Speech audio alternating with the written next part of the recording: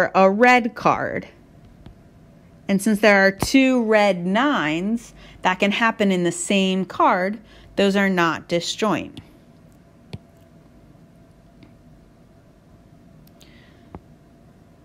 So now we're actually going to talk about how we can find the probability of things that are disjoint.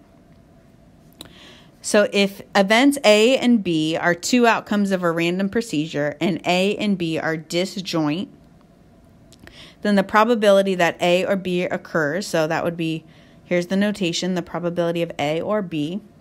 You would just take the probability of A and add the probability of B. So when you see the word or, you want to think of addition.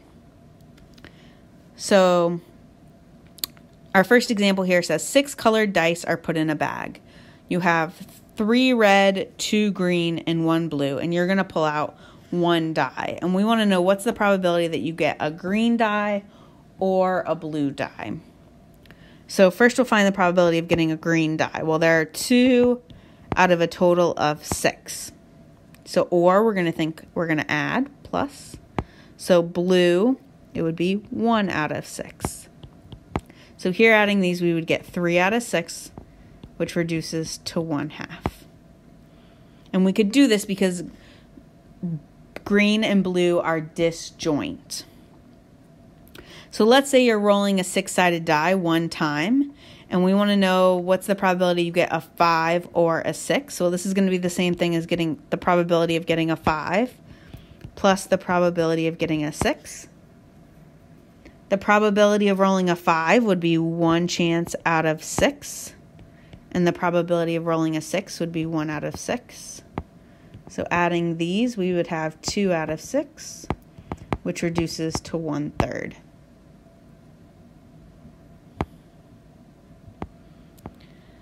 Now, when things are not disjoint, our formula becomes a little bit more complicated because when we're just taking the probability of 1 and plus the probability of the second, if they're not disjoint, we'd be counting some things twice. So if 2 things are, if events or outcomes A and B can both occur at the same time, like we've talked about, they're not disjoint.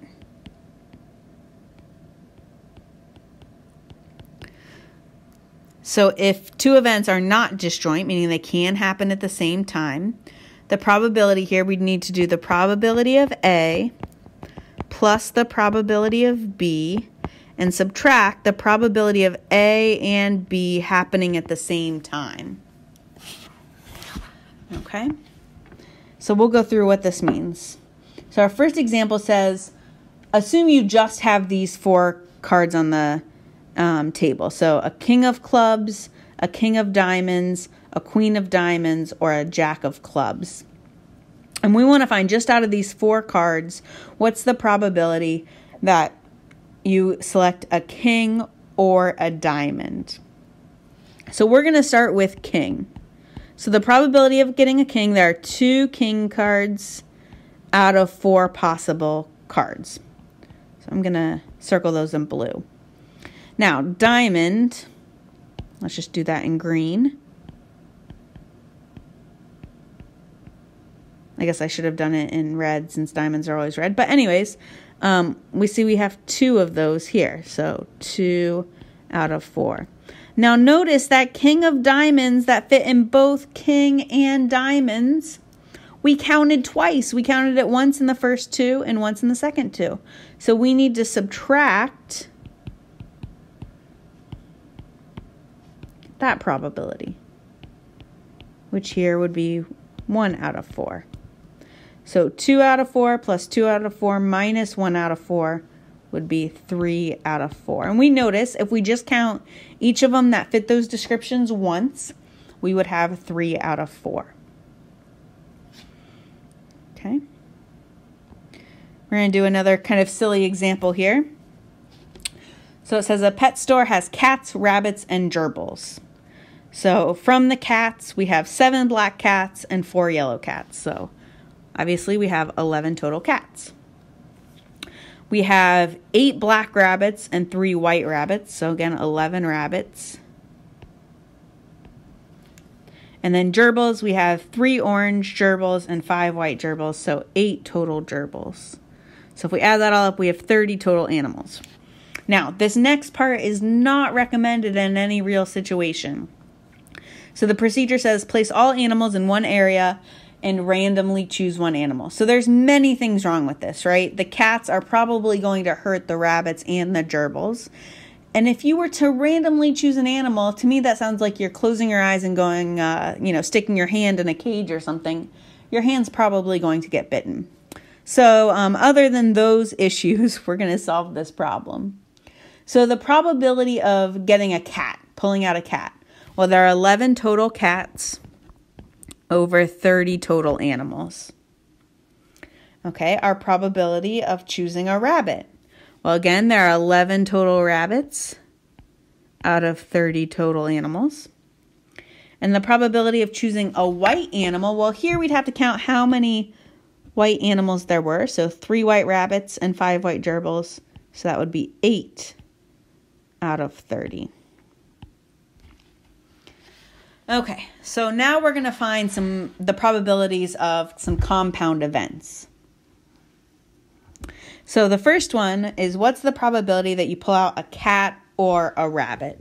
So these two things are disjoint, because if you're pulling out one animal, you cannot have both a cat and a rabbit in your hand. So here we would just need to do the probability of getting a cat plus the probability of getting a rabbit.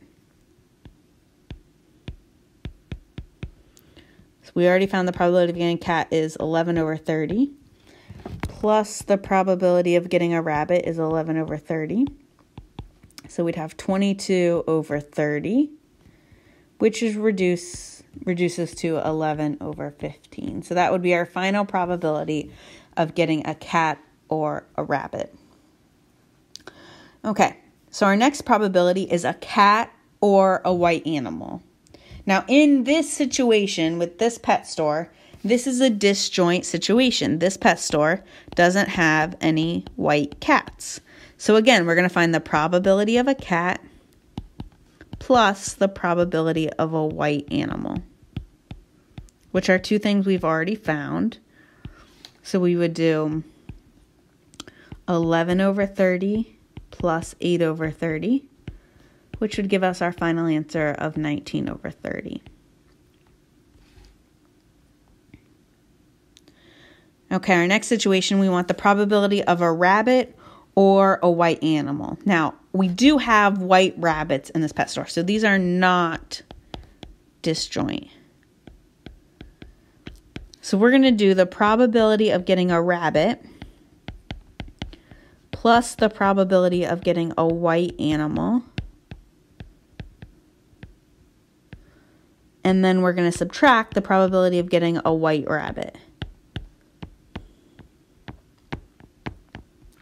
So the probability of getting a rabbit was 11 over 30. Plus the probability of getting a white animal was 8 out of 30. And minus, now we need to look at how many white rabbits we have, which was 3. So 3 over the possible total of 30. So here, 8 plus 11 minus 3 would be 16 over 30, which reduces to 8/15. Okay, and one last example. So we want the probability of a cat or a black animal. So we look up at the cats. There are black cats. So these are not disjoint.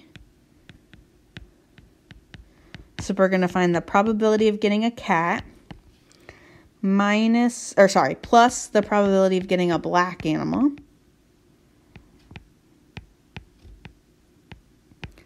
minus the probability of getting a black cat.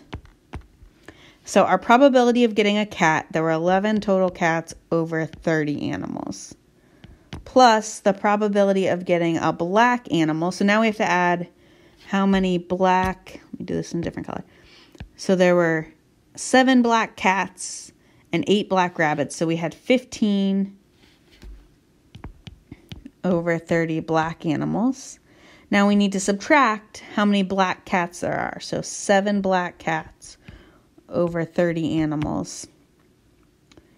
So 11 plus 15 minus 7 gives us 19 over 30, which would be our probability of getting a cat or a black animal. Okay, so we've got another example here. So it says there are 25 men at a party. 10 of the men are bald and 17 of the men wear glasses. So our procedure is to randomly choose one of the 25 men. So it says, what is the probability that a chosen man is bald or wears glasses? Okay. Now, this is not a disjoint situation. There can be men who are both bald and wear glasses. In fact, my husband is one of them. So we need to know, well, to do this probability would be the probability that they're bald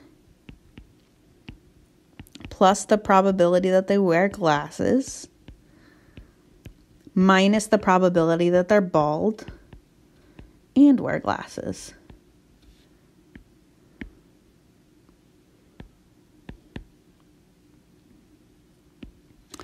So for probability of bald, well, we know there are 10 out of the total 25. And glasses, we know it's 17 out of 25.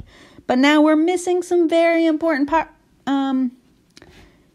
information. We don't know how many are bald and wear glasses. We know it has to be at least one or at least two, because 10 plus 17 would be 27. We only have 25 people. So we actually can't finish this problem because we're missing this very important information. Okay, we're going to do one more example in this video, and that's going to be reading this table. So I apologize, some of the table has gotten a little messed up. So this chart across the top, across the rows, so let me read the situation. It says, for a small town of 100 kids, the following table shows how many of the kids have or do not have toy cars and toy trucks. So across the top here are toy cars. So going down here, those are all of the people who have a toy car. And these are the ones who don't. And the rows here are going to be toy truck. So all of them in this first row have a toy truck, and all of them in the second row do not have a toy truck. So if you randomly select just one child from this town, what's the probability that this child either has a toy car, so that's yes to toy car, or does not have a toy truck? So we want to find the probability of yes car or no truck. So this is not a disjoint situation because there are kids who have a toy car but do not have a toy truck. So we're going to have to do the probability of yes car plus the probability of no truck minus the probability of yes car and no truck. So let's talk about what this really means. So the probability of yes car. So remember, toy cars are across the top. So yes car are all of them in this first column. So 35 plus 30. So there are 65 kids who have a car over the total of 100. Plus the ones who do not have a truck. So remember, the trucks are these rows. So no for truck. We're going to circle all of them in that row. So 30 plus 10, that's 40. Minus the ones that are yes car, so yes car and no truck. So that's the one that we circled twice here. Sorry, I just kind of circled it in. But that was 30 out of 100. And if we add that up, we get 75 out of 100, or 3/4. Now, notice that we also could have done that. So if we want yes car or no truck. So if we do yes car, circle those, and no truck, circle those. So if you just add each of these numbers once, 35 plus 30 plus 10. That gives you your 75